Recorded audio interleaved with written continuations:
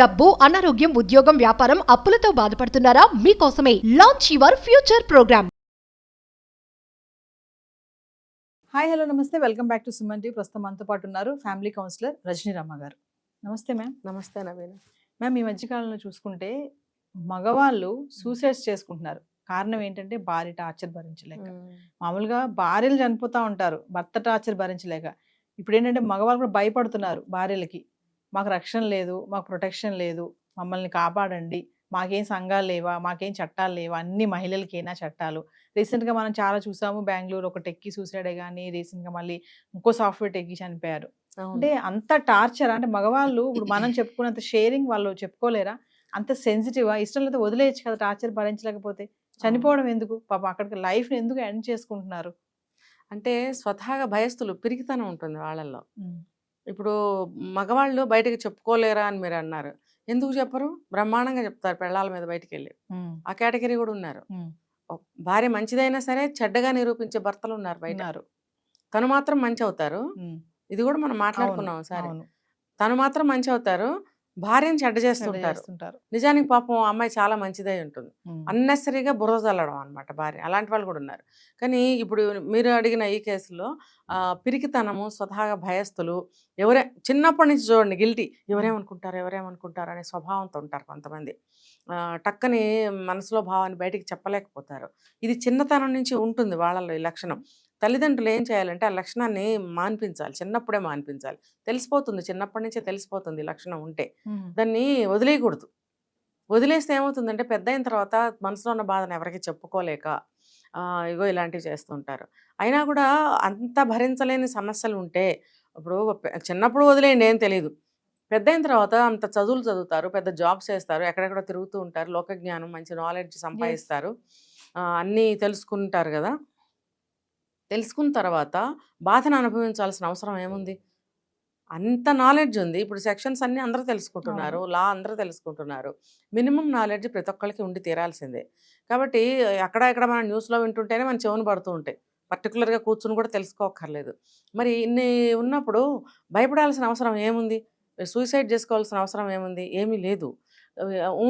అంటే వారంలో నెల రోజుల్లో డివోర్సులు కూడా వస్తున్నప్పుడు మీరు ముందుగానే వెళ్ళి ఒక కేసు ఫైల్ చేసుకోవచ్చు. మీరు చేసుకుని నేను ఇలాగా నాకు థ్రెట్ ఉందనో, లేకపోతే ఇబ్బంది ఉందనో, లేకపోతే నన్ను టార్చర్ పెడుతుందనో, ఏదో సో ఏమనుకుంటున్నారో అది రాసి మీరు ఇవ్వచ్చు. అయితే ఇక్కడ ఒక విషయం, ఒక పాయింట్ చెప్పాలి. ఆడవాళ్ళైనా మగవాళ్ళైనా సమస్యలు ఏందే కోర్టుకి, పోలీస్ స్టేషన్లకి వెళ్ళరు. అంటే కొంతమంది అన్యాయంగా అక్రమంగా కేసులు బనాయించి మగవాళ్ళ మీద చేస్తున్నారు. అవి మన దురదృష్టం. అది లాటరీ వేయాలి, అది జెన్యూనా కాదా అనేది. అలాంటి కేసులు పక్కన పెడితే సాధారణంగా ఒక ఇన్నోసెంట్ పర్సన్స్ ఎవరైనా వెళ్ళారు అని అంటే వాళ్ళు ఏదో తీవ్రమైన బాధలు ఉంటేనే ఇంట్లో నుంచి బయటకు వస్తారు, లేకపోతే రారు అసలు. వాళ్ళు పోలీసు స్టేషన్లో వెళ్ళు పెట్టినప్పుడు కేసులు వాళ్ళు కూడా సీరియస్గా తీసుకోవట్లేదు. ఇప్పుడు నేను చెప్తున్న విషయం ఏంటంటే, రిక్వెస్ట్ ఏంటంటే, ఫస్ట్ ఫైల్ చేసుకోండి, ఎఫ్ఐఆర్ ఫైల్ చేయండి. ఏ కేసు అయినా అది ముందుకు మూవ్ అవుతుందా, ఎప్పుడు అవుతుంది, ఎంతకాలం అవుతుంది అనేది సమస్య పోలీసులది కాదు. ఎవరైతే కేసు పెట్టారో వాళ్ళకి ఆ సమస్య. వాళ్ళు వచ్చి కేసు రాసి మీరు ఎఫ్ఐఆర్ ఫైల్ చేయండి అనగానే వాళ్ళు చేయాలి. అది హ్యూమన్ రైట్. అది పోలీసులు చేయవలసిన రెస్పాన్సిబిలిటీ వాళ్ళది. అంతేగాని ఏం చెప్తున్నారంటే వాళ్ళు చిన్నగా కౌన్సిలింగ్ ఇస్తున్నారు. మీరు ఈ సమస్యలన్నీ ఇంట్లో ఉండేవే, మీరు ఇంట్లో పరిష్కరించుకోండి, ఈ కేసులు ఇప్పుడప్పుడే తేలవు, వెళ్ళండి అమ్మా ఇంటి దగ్గర మీరు పరిష్కరించుకోండి అని అంటున్నారు. వీళ్ళు అక్కడే సగము అసంతృప్తి పాలవుతున్నారు, అక్కడే సగం బాధ ఫెయిల్ అవుతున్నారు. ఇంకా మిగతాది ఇంటికి వచ్చి ఏం చేయాలో తెలియక ఆత్మహత్యలు చేసుకోవడమో, ఇంకో విధంగా బాధపడటమో జరుగుతుంది. కాబట్టి ఆ ఎఫ్ఐఆర్ ఫైల్ చేసిన తర్వాత ఎన్నాళ్ళు పడుతుంది, అసలు తేలుతుందా లేదా అనే సమస్య పోలీసులు ఆలోచించకండి. అసలు వాళ్ళది కాదు సమస్య, వీళ్ళదైనప్పుడు వాళ్ళే ఆలోచించుకుంటారు. మేమైతే కేసు ఫైల్ చేశామనే ఆ సంతృప్తితోనైనా ఇంటికి వెళ్తారు. అంటే వాళ్ళకి జడ్జిమెంట్ అనేది కలలోనైనా జరగచ్చుగా, ఆ సంతోషాన్ని, ఆ సాటిస్ఫాక్షన్ని మిగిల్చొచ్చుగా పోలీసులు. చాలా నేను ఈ మధ్య వింటున్నాను, అసలు కేసు తీసుకోవట్లేదు. దయచేసి తీసుకోండి, పేపరేగా ఏం పోయింది, ఉంచండి పక్కన. వీళ్ళు ఆ తృప్తితోనైనా ఇంటికి వెళ్తారు, ధైర్యం వస్తుంది వాళ్ళకి, ఆత్మహత్యలకి పాల్పడరు. వీళ్ళు ఇదొక కారణం కూడా, వీళ్ళు కేసుకి వెళ్ళకపోవడం, పోలీస్ స్టేషన్కి వెళ్ళకపోవడం, ఆత్మహత్యలు చేసుకోవడం అనేది ఒక రీజన్. ఇది కూడా పోలీసులు కూడా ఏమీ చేయలేరు అనే నిర్ణయానికి వచ్చేసి కూడా ఇలా చేస్తున్నారు. కాబట్టి ఆ ధైర్యం కోసం, ఆ కాస్త తృప్తి కోసం అయినా పోలీసులు సహకరించాలి. అప్పుడు వీళ్ళు ఇంటికి వచ్చి అమ్మయ్య మేము కేసు ఫైల్ చేసాము కాబట్టి మనకి పర్వాలేదు ధైర్యం వచ్చి విరమించుకుంటారు ఇలాంటి ఆలోచనలు ఏమన్నా వస్తే. ఇంకోటి, ఈ మగవాళ్ళు అంత పిరికితనంగా భయానికి లోనయ్యి ఇలాంటి నిర్ణయాలు తీసుకోకండి. ఇప్పుడు విడాకులు వస్తాయి, ఇవాళ కాకపోతే రేపైనా మీరు వదిలించుకోవచ్చు. అంత నిజంగా మిమ్మల్ని టార్చర్ పెడుతుంటే ఆడవాళ్ళైనా అంతే. ఈ మగవాళ్ళని వదిలించుకోవాలి అని అంటే డివోర్స్ తీసేసుకోవచ్చు. మన జీవితాన్ని ఎందుకు అంతం చేసుకోవాలి? వాళ్ళు కన్నారా, వాళ్ళు పోషించారా, వాళ్ళు పెంచారా, వాళ్ళు చదివించారా, మన బ్రతుకుని నిలబెట్టారా? మన పెళ్ళికైన ఖర్చు మనమే లక్షల కోట్లు మనమే అప్పుల పాలయ్యో ఉన్న ఆస్తులు అమ్ముకున్నా మన పెళ్ళి మనమే చేసుకున్నాం, వాళ్ళు ఏం చేయలే.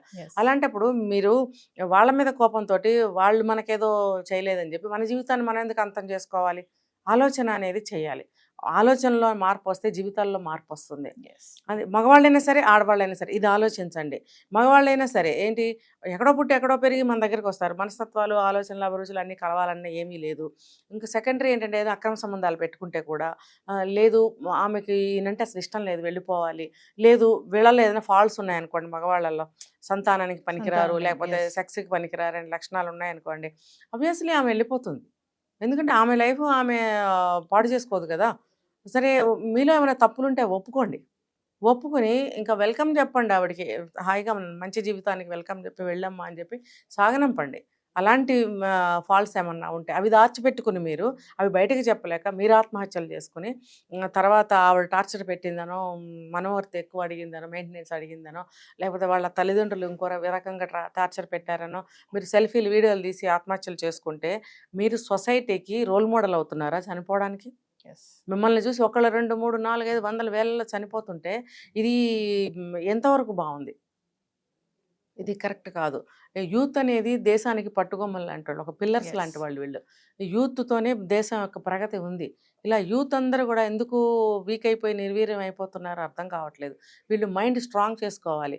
అట్లాంటి భార్య ఉంటే ఎంత, లేకపోతే ఎంత అని చెప్పి మీరు వదిలేసుకోవాలి. అంతేగాని ఆత్మహత్యలు చేసుకోవద్దు. మీరు బంగారం లాంటి ఉద్యోగాలు, మంచి కుటుంబాలని కోల్పోతున్నారు. మీ తల్లిదండ్రుల్ని, తోడబుట్టిన వాళ్ళని వీళ్ళెవరు గుర్తురారా మీకు?